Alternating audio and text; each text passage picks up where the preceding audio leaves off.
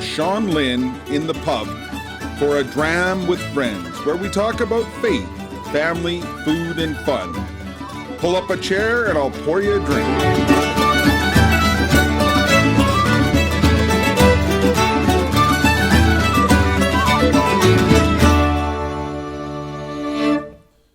Welcome as we start season 3 with Jake Khym. We catch up with him on the road in Banff and Canmore.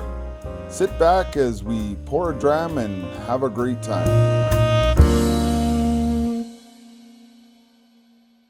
Welcome to another episode of A Dram with Friends. A buddy of ours that owns this place left us a bottle to taste. I've already poured Jake a little bit, so it's called Colonel E.H. Taylor, and it's a very, very good bourbon. If you ever get your chance to have a taste, I highly recommend it. And if you want to learn about all kinds of whiskey, talk to this guy. So, some of you have, if you follow A Dram with Friends, have seen Jake Khym before. This time we're actually in person. It's actually the first time we physically met. It is in person, I know. So, and we've been in person for a couple days. It's been a lot of fun. It's been a lot of fun. So we're out on our motorcycle ride and having some relaxing time off the bikes and admiring God's view, and it's a rough life that we lead. Look at that. That is tough. I mean, you've said something that recently, you've been saying it every day. You can't be an atheist in this area. It's just so beautiful. Yeah, it's hard to believe that people don't believe in God when they see this. Like, it's just... I've literally been speechless.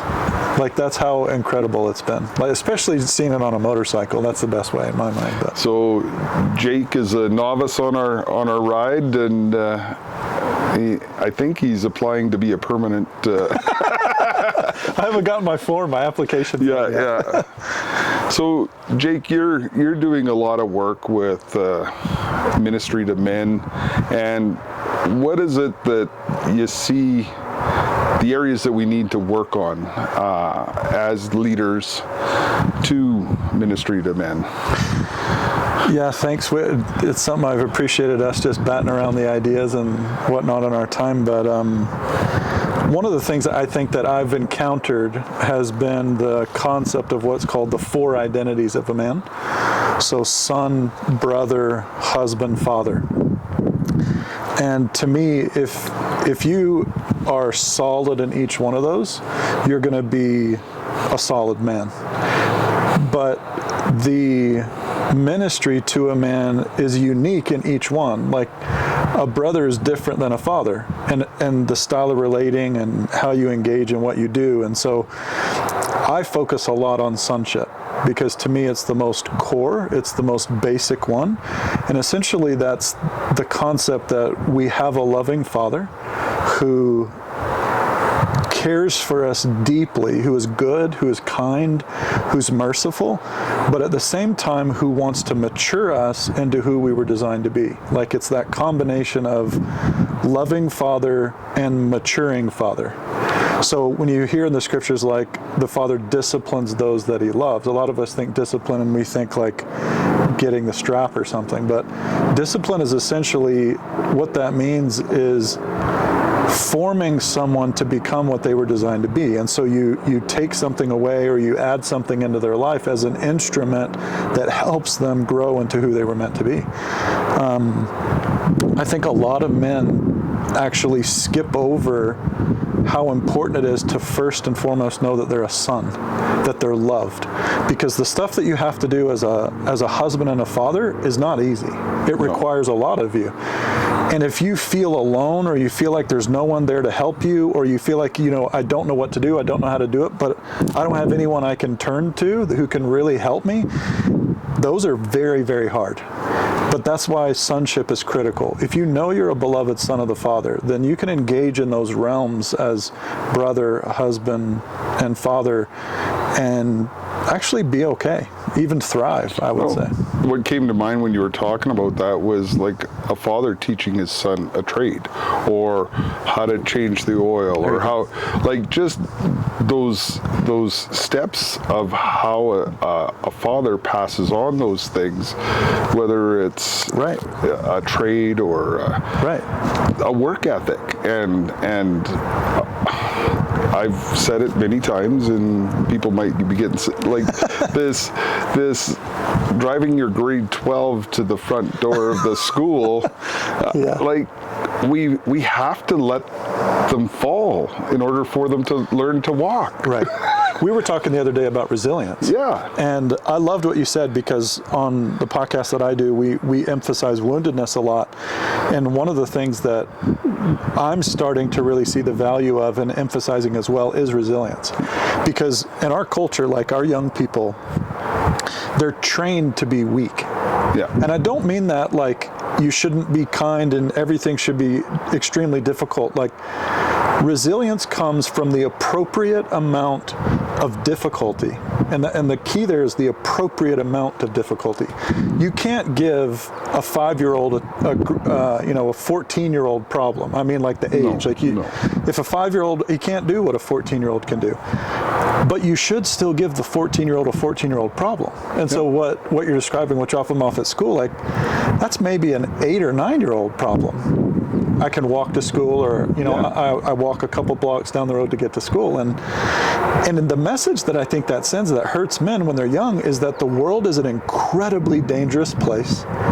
Bad things will always happen, and so you better play it safe, or it's going to blow up. That's not actually a life that you learn how to grow and handle difficult things. Like my dad, I love my dad. He's a great man. And I don't know about you, but you see the wisdom of your father when you become a father.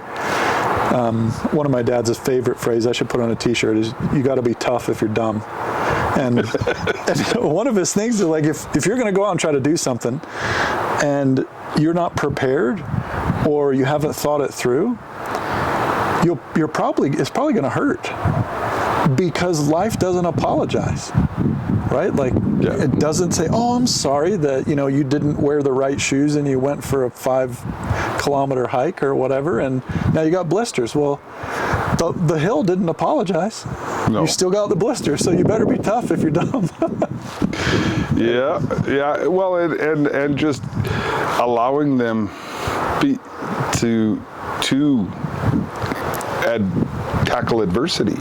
Like, it's part of growth, and you want to do that as a loving father, so that you're there to help them once they fall. But if you've crippled them to the point where, like, society today, being a victim is the greatest good.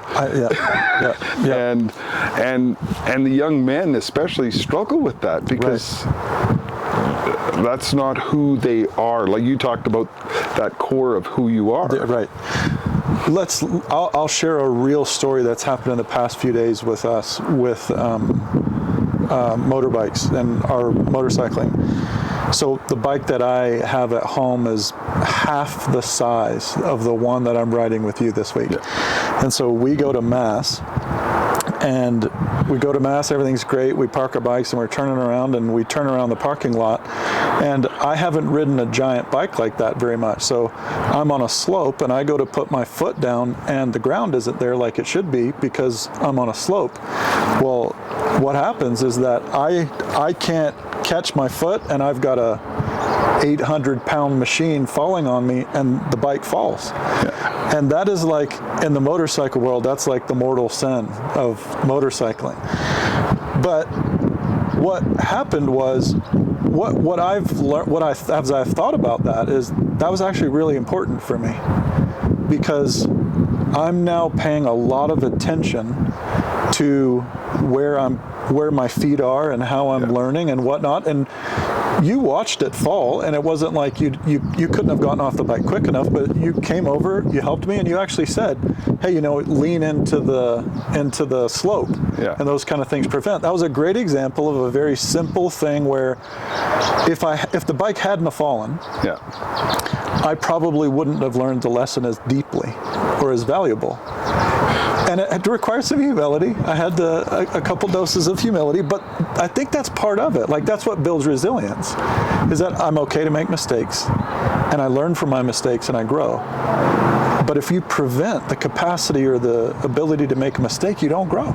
And that's where you get resilience. Yeah, exactly. And like, I forget what the scenario was where I just said life isn't fair. Like, Right. Yeah, and it isn't for a lot of people. And in my line of work, you're seeing that all the time, where, yeah, bad things happen to good people. They do. And it's what you do with that. Yes. And I tell young people, especially that have made mistakes in doing stupid things, right, by committing crimes, and I tell them, that is not who you are. That is something you did. Yes. That is not what you were made to do. Yeah. And I don't know if you remember Bob Carlyle, but he had a song, "The saints are the sinners that fall down and get back up again." Yeah. Yeah. Just like the Harley. The victory doesn't have to worry because it's prepared. It doesn't go all the way over. Here we go. Because I may have made the same mistake early on, and Fair enough. And yeah, it was a little easier to pick up by myself. You know, something that I've found myself really drawn to and interested in are the Navy SEALs. I don't know what it is, but there's something just universally inspiring about them. But if you want to look at that guy and you ask the question about how do you do that, and how do you endure the stuff that they've done? Well, one of the things that I've done is tried to press beyond this incredible capacity that's what you see when they're going through Hell Week or Buds training.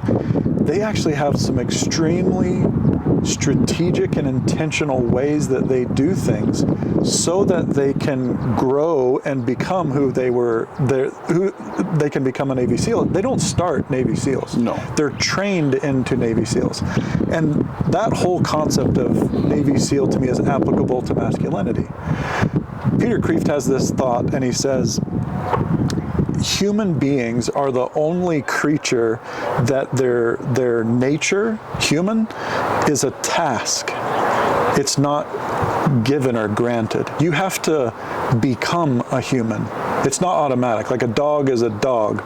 But if you're a boy and you're 5 and you don't ever grow up to where your emotional age matches your biological age, you have not realized the task of humanity.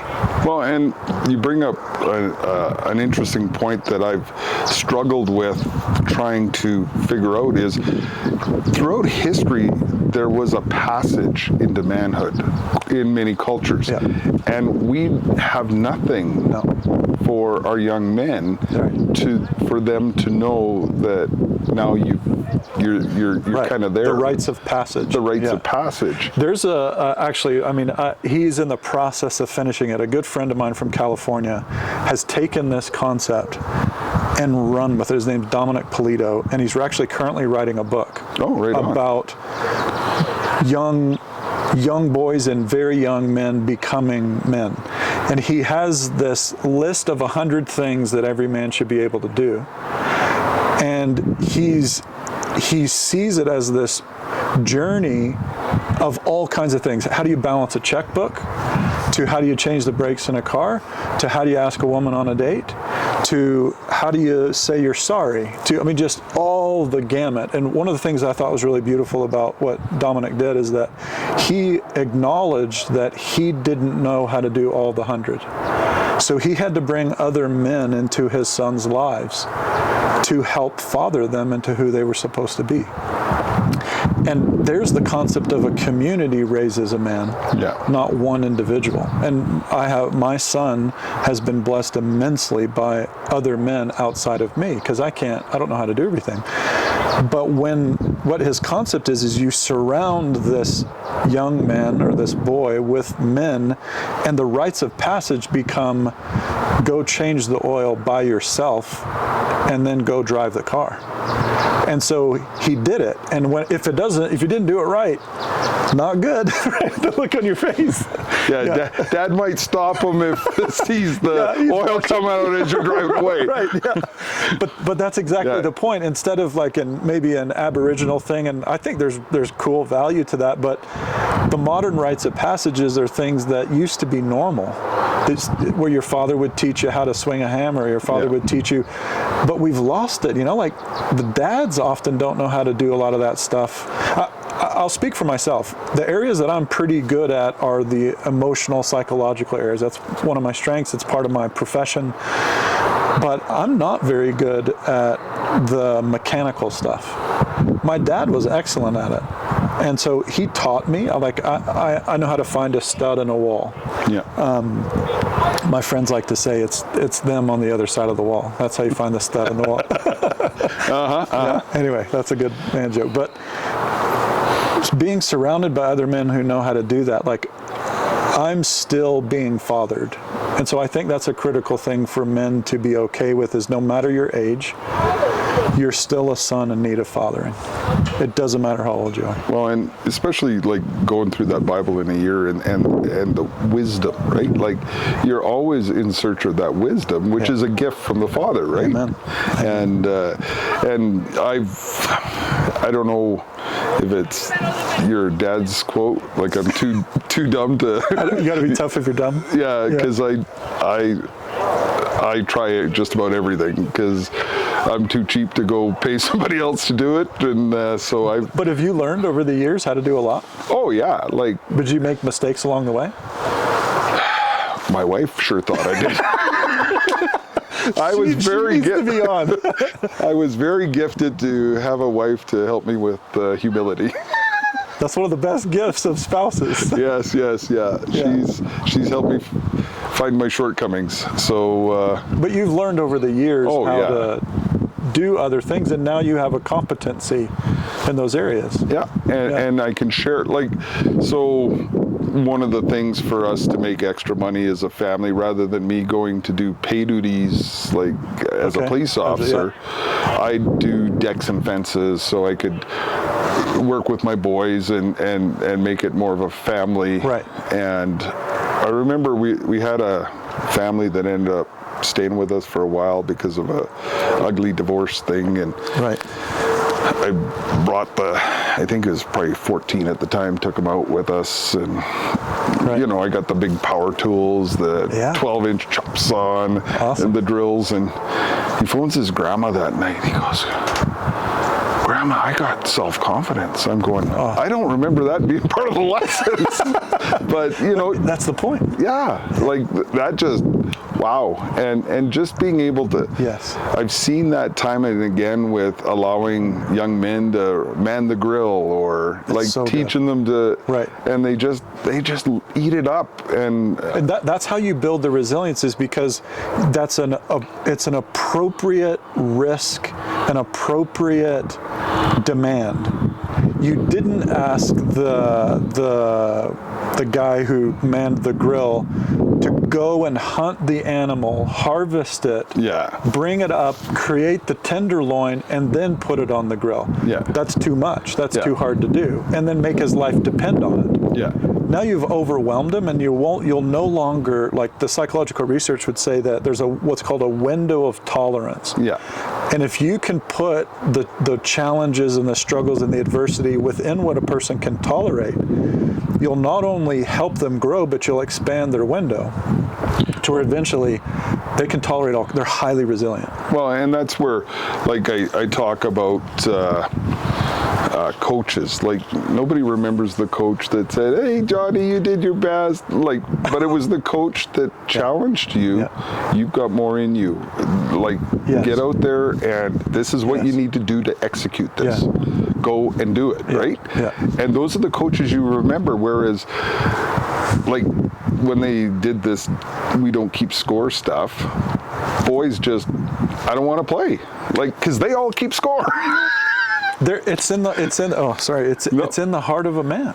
Yeah. That's part of what it means to be masculine. And you take that away, and then C.S. Lewis has this quote, you take the heart of a man out of his chest, and then you wonder why he's not virtuous. You wonder why he's not strong. because you've not allowed him to be who he's called and meant to be.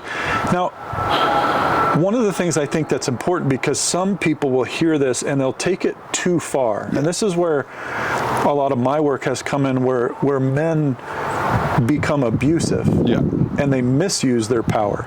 And that's why I keep emphasizing an appropriate, it's age tolerant, it's capacity tolerant, right? Well, so at the time of this recording, the Pope's visiting Canada for apologies, and that's one of the things that history, we lived at a time that was much harder, and so I don't know if the discipline and everything else was much harder. Like my dad got the strap all the time, right? And or if he lost a fight, my granddad would say, "Get back out there till you beat him." Like it was a different time. It was a different culture. And but my granddad also went and fought in World War II and wore the Army Irish Army uniform after the signing of the independence. Wow. Like, so imagine what that man saw. I can't. Yeah, and then we've talked about peer support and dealing with that, and how do we support men to be that